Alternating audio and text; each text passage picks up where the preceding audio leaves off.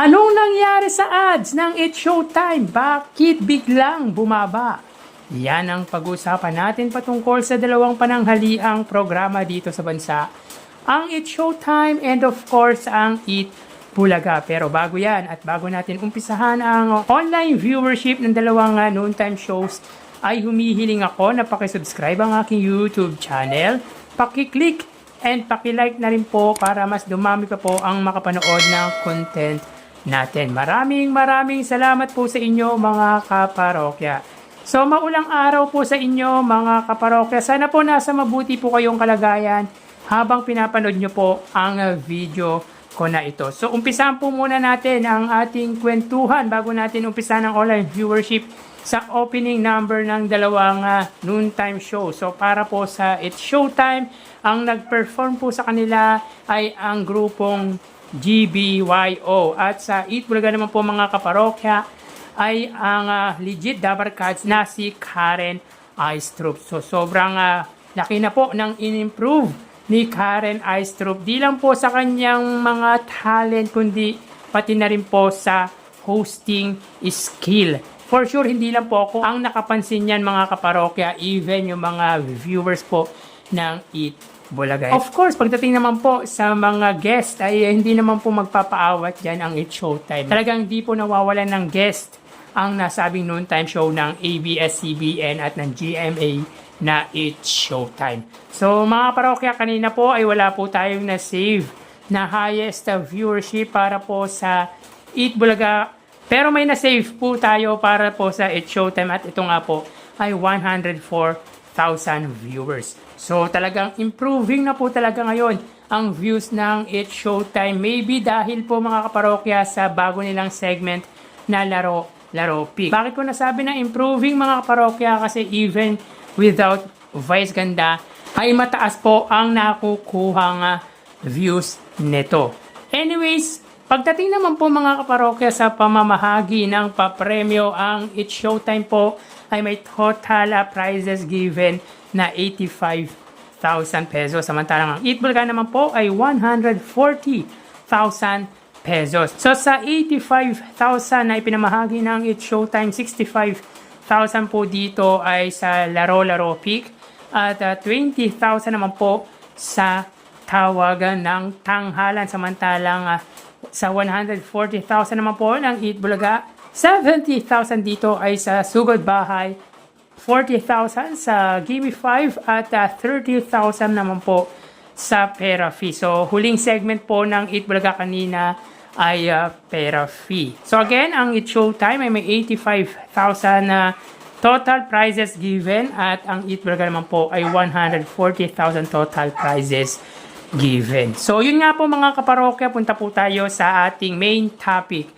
Kanina pong episode ng It's Showtime ay tanging 160 TV ads lamang po para sa It's Showtime. Well, nakakapanibago mga kaparokya dahil netong mga nagdaang araw ay umaabot po mga kaparokya ng minsan 200 TV ads at hindi po bababa mga kaparokya ng at least 170 TV ads. Ngayon po mga parokya ay mababa po ang ads na nakuha ng It's Showtime. Samantalang ang Eat Bulaga mga kaparokya ay may 23 TV ads. So sa unang gap ng It's Showtime muna mga kaparokya, sila po ay may 49 TV ads. Sa pangalawa ay 38 TV ads. Sa pangatlo ay 47 TV ads. At sa panghuli or pang-apat na gap ay 26 TV ads. Samantalang 8 TV ads sa unang gap ng Eat Bulaga. Sa pangalawang gap naman po ay 7 TV ads.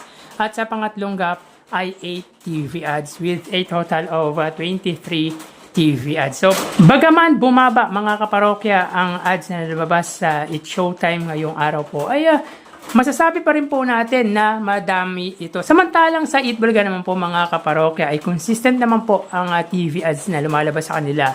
Hindi naman po bumababa ng at least 15 TV ads ang Eat Bulaga. Dahil netong mga nagdaang araw pa nga mga kaparokya ay consistent sila sa 30 TV ads. Ngayon lang ulit po na bumaba ng ganyan ang ads na lumabas sa Eat Bulaga. So yan po ang update natin para sa dalawang pananghaliang programa ngayong araw. So tara ating alamin ang online viewership ng dalawang bigating noontime shows. Para sa Eat Bulaga, under TVJ Facebook page na may 3.6 million followers at sa Eat Showtime naman po na may 19 million followers.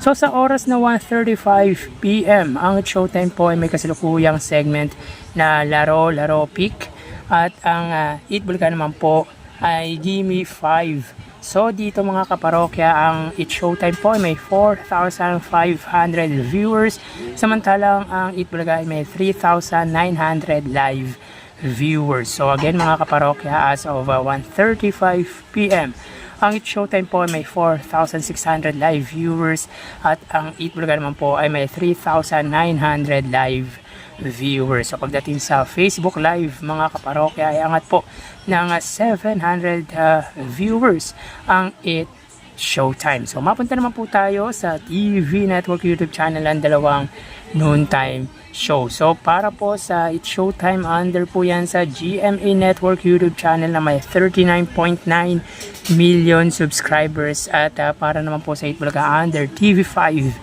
YouTube channel na may 2.59 million subscribers. So sa oras na 1:36 PM, ang Eat Showtime po sila ay may 31,000 viewers. Under po yan sa GMA Network, samantalang ang Eat Bulaga under TV5 ay may 21,000 viewers. So again, sa oras na 1:36 PM, ang Eat Showtime under sa GMA Network sila po ay may 31,000 live viewers at ang Eat Bulaga under TV5 ay may 21,000 live viewers. So dito mga kaparokya ay angat po ng 10,000 views ang GMA against sa TV5. So mapunta naman po tayo sa main YouTube channel ng dalawang noontime shows para po sa Eat Showtime under